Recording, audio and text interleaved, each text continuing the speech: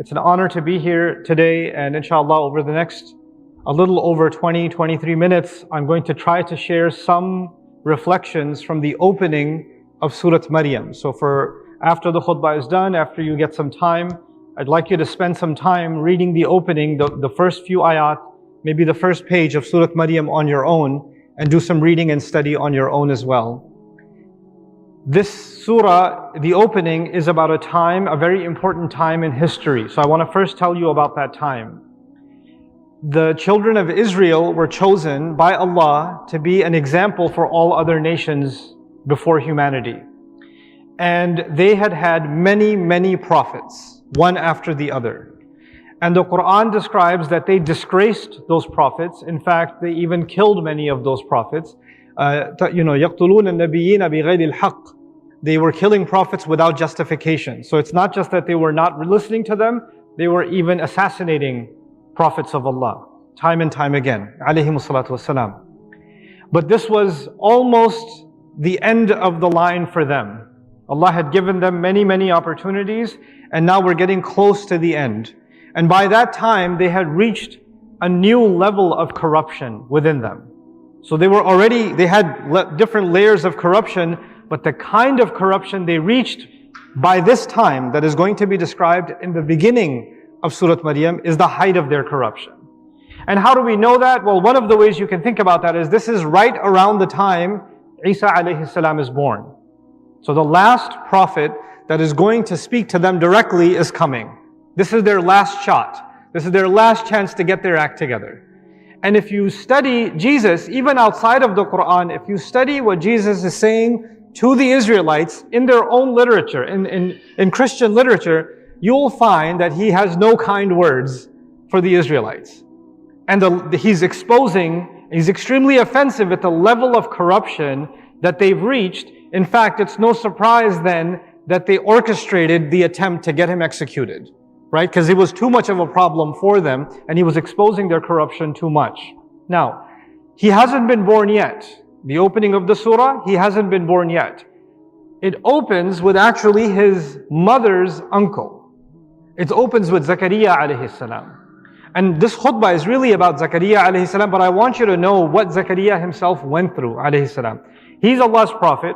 He knows, even though he's a prophet to Bani Israel, he knows that they have killed many prophets before him. So the first question is, why didn't they kill him? Well, there's two things that happen. Either they killed prophets, or they just stop listening to them and ignore them and make them irrelevant. And now, whether you kill them or not, nobody's listening to you anyway. So it's as if Zakaria alayhi salam, who's doing his responsibility as the imam, as the leader of that community, as the prophet of the time, has been giving them da'wah and trying to make correction with these people, but they have basically rendered him irrelevant.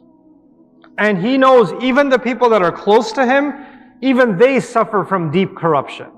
And he's been asking Allah all this time for some kind of support, some kind of help. Because whenever he gets some kind of help, he sees that they have other influences and he's not able to give them tarbiyah properly. So his dua to Allah was, maybe the only way I can really have someone to help me is if they were born in my own family, my own child. I will be in charge of their upbringing myself. I'll make sure that they're brought up the right way. And then they can take responsibility because I'm getting older and older. So his entire life he's making dua for someone to support him. And now he's so old that he can see that death is any moment now. He's already got one foot in the grave. And it's at that time that Allah records this conversation that he had with Allah in the opening of Surah Maryam. It opens with Kaf, Ha, Ya, Ain, Sad, the huruf muqatta'at. And you and I know, we don't know what that means. But why put that there? One of the reasons you can think about putting that there is Allah is reminding us that He knows and we don't know.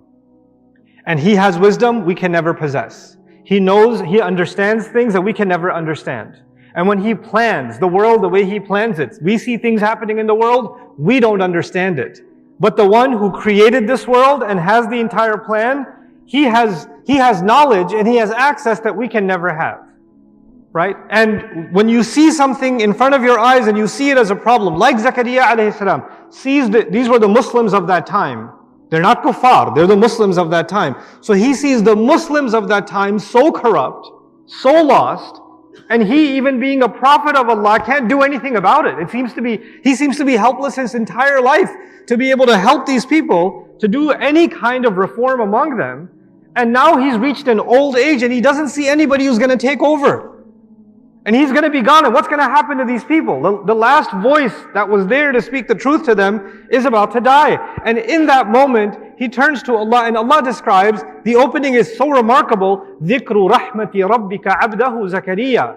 This is a reminder and a mention of the rahmah, the loving care that your Rabb had towards His slave Zakaria. And that's confusing. Allah is saying in the beginning, Allah wants to remind you and me and His Prophet ﷺ that Allah was extra merciful and extra loving and caring to His servant Zakaria. But if you study the history, what do you think? Nowadays, what's our concept? If Allah is merciful to you, you make dua, Allah answers your dua. That means Allah is merciful to you. And if you're making dua and Allah didn't answer your dua, that means Allah is not merciful to you. It's our simple formula, because I say often, we've equated dua to Allah with Amazon delivery. So if it doesn't come, then clearly maybe my payment didn't go through, it wasn't accepted, maybe there was something wrong, Allah is not happy, that's why He didn't send it. He didn't give me answer to my prayer. Allah begins by saying, Allah wants us to remember until Judgment Day, in His final revelation, that Allah had a special rahmah for His slave Zakaria.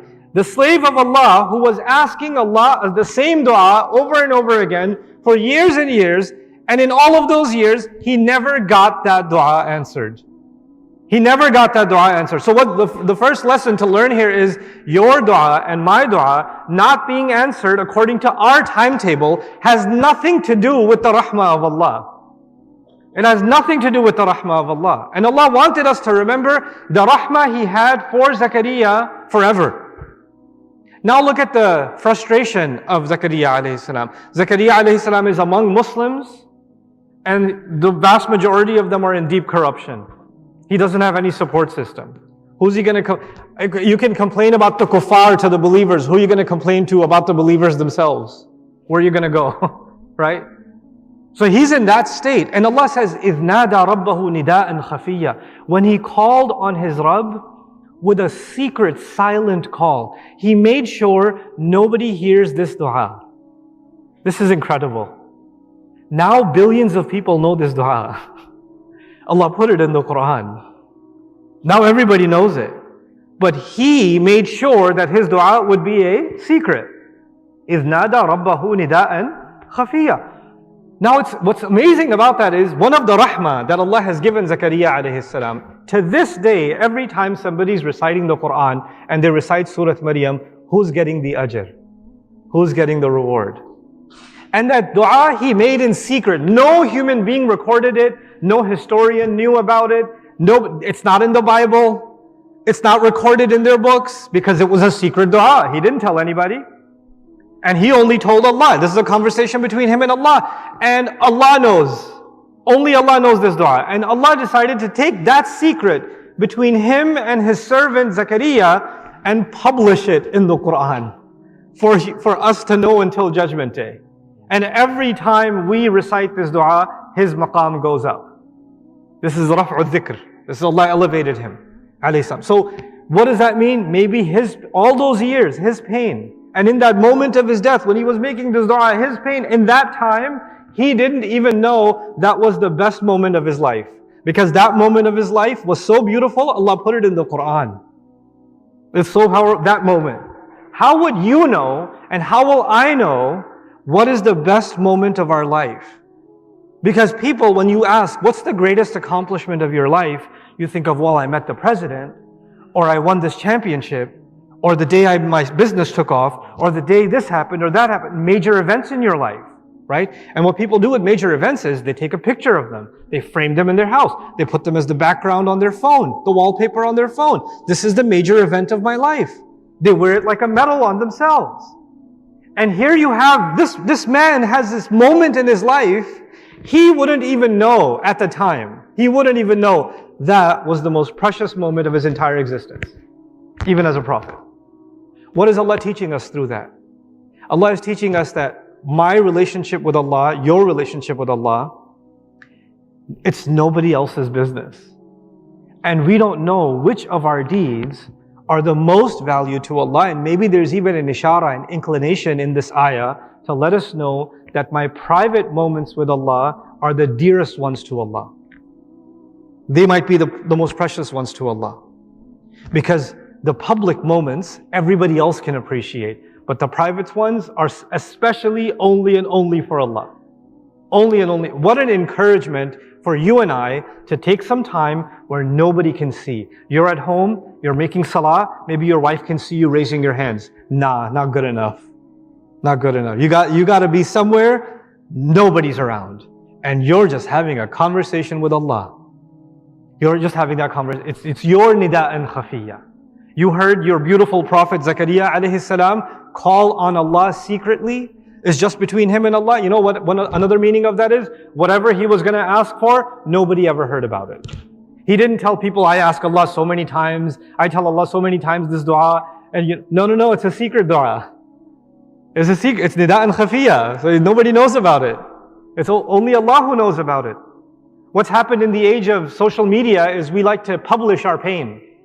Right? So we want to make a meme about when you're asking Allah for relief and no one answers. You put a hashtag underneath, sabr. Right?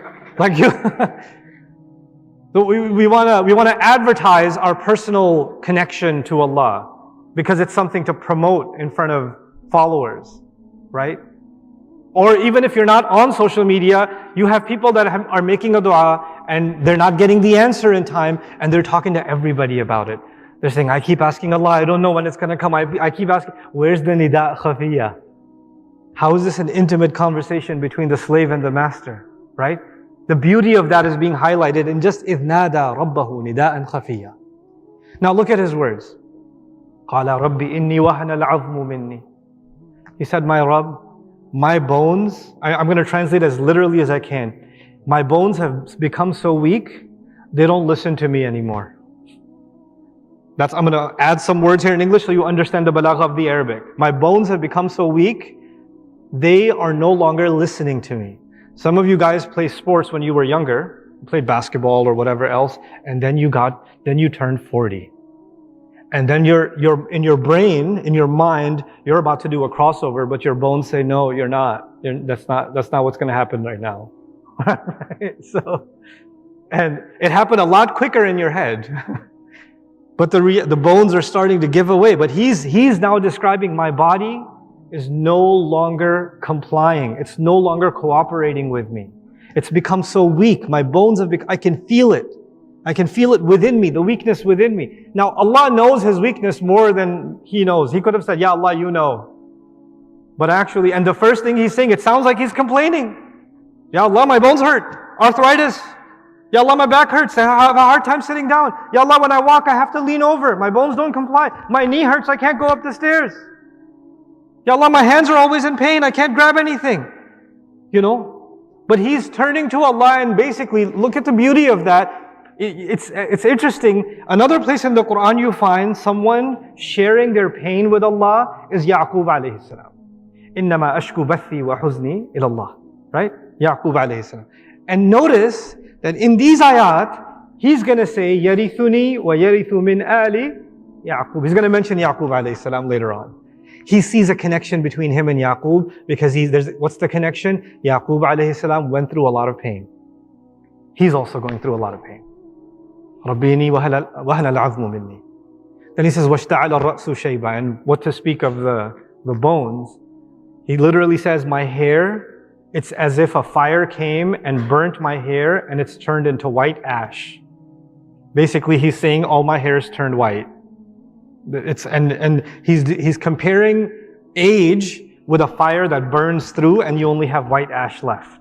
That's why ishti'al is used. So this is a really beautiful tashbih in this ayah, an analogy in this ayah. وَاشْتَعَلَ الرَّأْسُ شَيْبًا. Because of old age, my hair's all turned white. This is his way of saying, I don't have a lot of days left. Ya Allah, you know when I'm going, but it looks to me like I'm going. My body's kind of telling me it's time to go. They say in Arabic, shaybuka na'ik. Your graying or whitening hair is the alarm that it's time to go. You know, back in the day, they used to have an alarm when there's a war coming. Or there's a horn that gets sounded and the whole village wakes up. That's the na'i, right? So they say when your hair's turning gray or turning white, then the horn has been sounded. It's time to go. Get ready. Like the troops have to march. So he tells Allah, وَاشْتَعَلَ الرَّأْسُ شَيْبًا. But then he says the most beautiful part of all of this. He says, وَلَمْ أَكُنْ بِدُعَائِكَ رَبِّ شَقِيًّا. I have never been hopeless or miserable or depressed or negative or pessimistic. All of these are the meanings of shaqi. I have never been any of those things when it comes to asking you for something, making dua to you. And this is really confusing. He spent his entire life making dua for something. Allah didn't answer it. And he's getting old. He's about to die. Allah still didn't answer it. And he's saying, Ya Allah, never once did I feel negative about making dua to you and you didn't answer. Never once have I felt depressed. Never once have I said, Ya Allah, Allah didn't answer my prayer. Now you have to ask yourself, we have to ask ourselves, what level of frustration do we easily get with Allah? Easily, when our dua isn't answered on our schedule. He's surrounded by frustration. He's surrounded by it. Never with Allah. No, and it's not like he's not frustrated. He is frustrated. He's frustrated with his physical weakness. He's frustrated that he doesn't see a solution. But never does that frustration turn towards Allah. And he says, Ya Allah, I'm telling you this, not because I'm complaining to you, because any negative emotion I've ever felt, it never incorrectly directs towards you. That never happens. So, لَمْ أَكُنْ بِدُعَائِكَ رَبِّ شَقِيًّا. Having said that, I do have some anxieties from people. وَإِنِّي خِفْتُ الْمَوَالِيَ مِنْ وَرَائِي. And the people that are associated with me, the people that are going to take charge after I die, the people that are going to take control of the masjid, this community, the people that are going to stand up and give the khutbah after I'm gone, I am afraid of them. I'm afraid of them. إِنِّي خِفْتُ الْمَوَالِيَ مِنْ وَرَائِي. I'm afraid of how much they're going to cause corruption. I'm afraid of how ignorant they are. I'm afraid of how arrogant they are. I'm afraid of how little they know, but they believe they know so much. I'm afraid of how they're going to cause division in this community. I'm afraid of their ulterior motives, their agendas. I'm afraid of their insincerity. I've seen it. I'm afraid of their ignorance, their arrogance. I'm afraid. What's going to happen? وَإِنِّي خِفْتُ الْمَوَالِيَ مِنْ وَرَائِي. And he says, Ya Allah, and by the way, the solution to that would have been me having a child. But he says, وَكَانَتْ إِمْرَأَتِي عَاقِرَةً. But my wife was unable to bear a child from even when she was young. Ya Allah, I'm not complaining, but I'm saying the reality is, you didn't give me the child, and you didn't give me any of these scrubs over here that could rise to the occasion. And that's the situation I'm dealing with. وَكَانَتْ إِمْرَأَتِي. So he says, look at what he said. And he said, I'm never going to be depressed. Now it looks like everybody around me is a loser, so they're not good enough for the job. I don't have a kid myself. What's the solution? Look at his, and we said he's never negative towards Allah. What does he tell Allah? He says, فَهَبْ لِي مِن لَدُنْكَ وَلِيًّا. Then give me the gift from yourself of someone who will take charge. You find a way, Ya Rabb. I don't know, but you're the giver of all gifts. You're the Wahhab, so give me a gift. The word gift is also really beautiful here. It's an indication that he feels after all these years of making dua, he still doesn't act like he deserves it. He still understands Allah doesn't owe me anything. If even now Allah gives me, that will be a gift. Not because I deserved it. What's happened with us in dua?